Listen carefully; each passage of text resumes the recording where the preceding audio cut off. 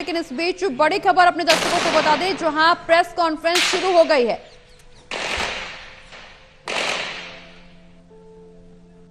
ये वो तस्वीरें जब पार्लियामेंट पर हमला किया गया आतंकवादियों की तरफ से, और इसमें कुल 31 लोग मारे गए थे, 80 लोग घायल बताए जा रहे थे। और उस दौरान ये जो हमला हुआ, देश भर में जो हमला हुआ उसमें कितनी कैजुअलिटी हुई उसकी जानकारी, और ताज होटल पे जिस तरह से आतंकवादियों ने निशाना बनाया, कई लोगों की मौत हुई, कई लोग घायल हुए। इसके अलावा उरी अटैक में 20 लोग मारे गए। ये तस्वीरें दिखाने की कोशिश सेना की तरफ से की जा रही है कि किस तरह से पाकिस्तान आतंकवाद का सहारा लेकर के बार बार भारत पर हमला करता रहा, और भारत सिर्फ चेतावनी देकर के छोड़ता रहा, लेकिन अब नहीं।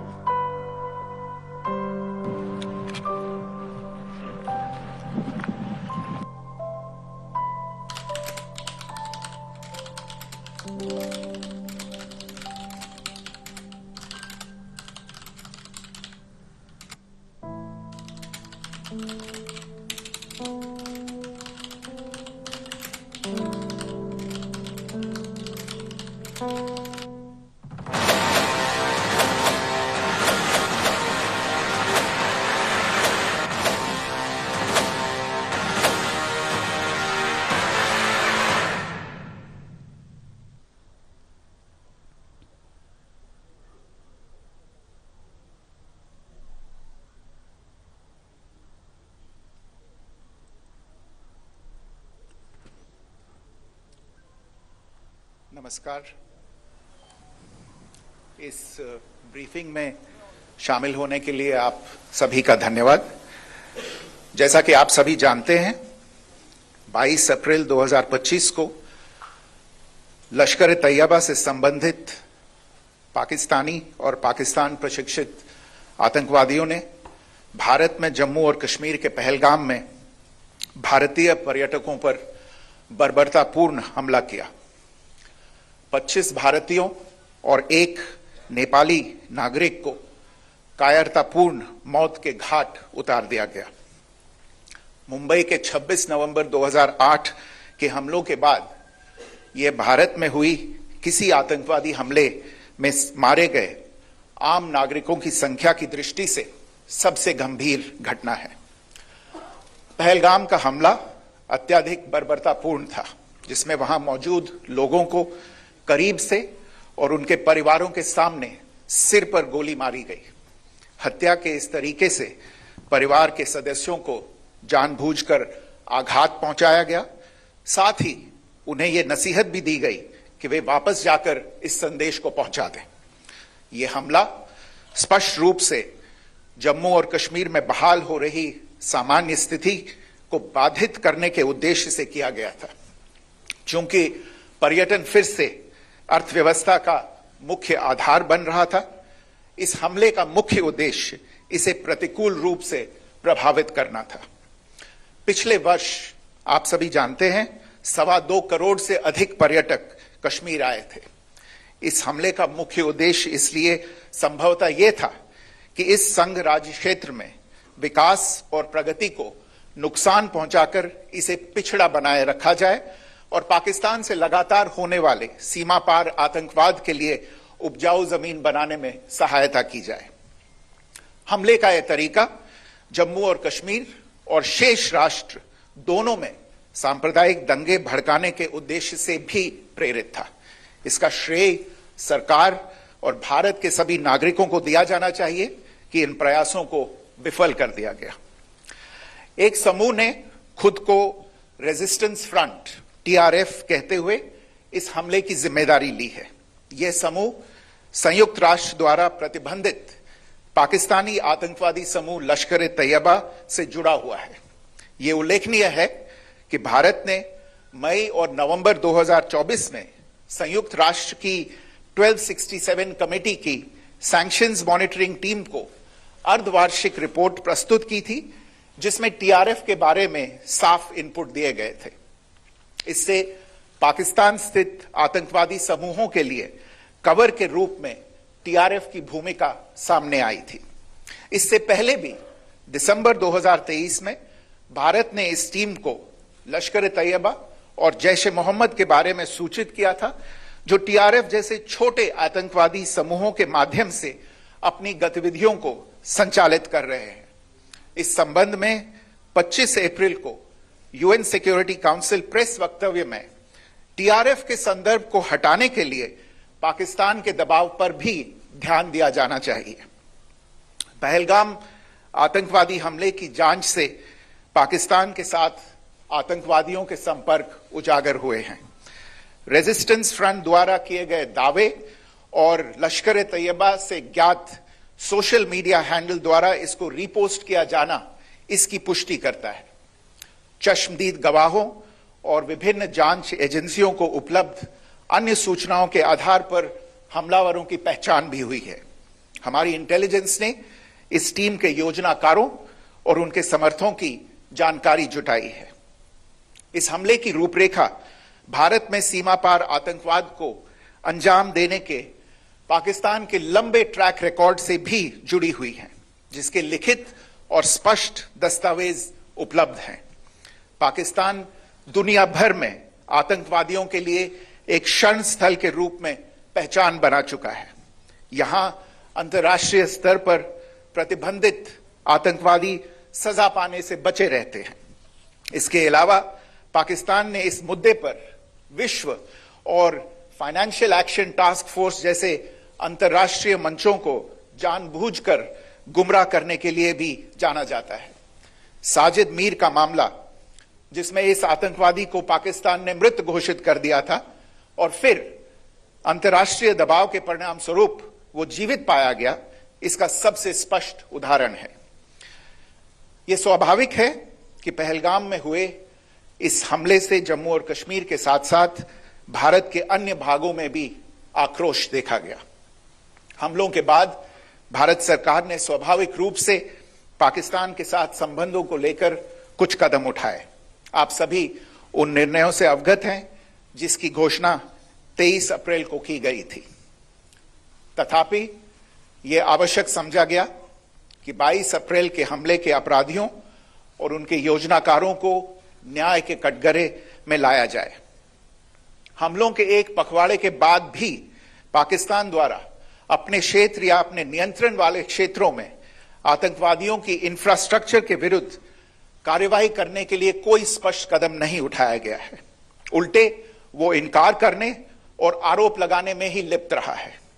पाकिस्तान आधारित आतंकवादी मॉड्यूल्स पर हमारी खुफिया निगरानी ने संकेत दिया है कि भारत के विरुद्ध आगे भी हमले हो सकते हैं। अतः इनको रोकना और इनसे निपटना दोनों को बेहद आवश्यक समझा गया। आज सुबह, जैसा कि आपको ज्ञात होगा, भारत ने इस तरह के सीमा पार हमलों का जवाब देने और उन्हें रोकने तथा उनका प्रतिरोध करने के अपने अधिकार का प्रयोग किया है। यह कार्यवाही नपीतुली, नॉन एस्केलेटरी, आनुपातिक और जिम्मेदारीपूर्ण है। यह आतंकवाद की इंफ्रास्ट्रक्चर को समाप्त करने और भारत में भेजे जाने वाले संभावित आतंकवादियों को अक्षम बनाने पर केंद्रित है। आपको यह भी स्मरण होगा कि 25 अप्रैल 2025 को संयुक्त राष्ट्र सुरक्षा परिषद ने पहलगाम आतंकवादी हमले पर एक प्रेस वक्तव्य जारी किया था, जिसमें आतंकवाद के इस निंदनीय कार्य के अपराधियों, आयोजकों, फाइनेंसरों और प्रायोजकों को जवाबदेह ठहराने और उन्हें न्याय के दायरे में लाने की आवश्यकता पर जोर दिया गया था। भारत की आज की इस कार्रवाई को इसी संदर्भ में देखा जाना चाहिए। Good morning. Thank you all for joining this briefing. As you are all aware, on April 22, 2025, Pakistani and Pakistan-trained terrorists belonging to the Lashkar-e-Taiba carried out a savage attack on Indian tourists at Pahalgam in Jammu and Kashmir in India. They murdered 26 people, including one national of Nepal, causing the largest number of civilian casualties in a terrorist attack in India since the 26 November 2008 attacks in Mumbai. The attack in Pahalgam was marked by extreme barbarity, with the victims mostly killed with headshots from close range and in front of their families. Family members were deliberately traumatized through the manner of the killing, accompanied by the exhortation that they should take back the message. The attack was clearly driven by the objective of undermining the normalcy returning to Jammu and Kashmir. In particular, it was designed to impact the mainstay of the economy, tourism, with a record 23 million tourists visiting the valley last year.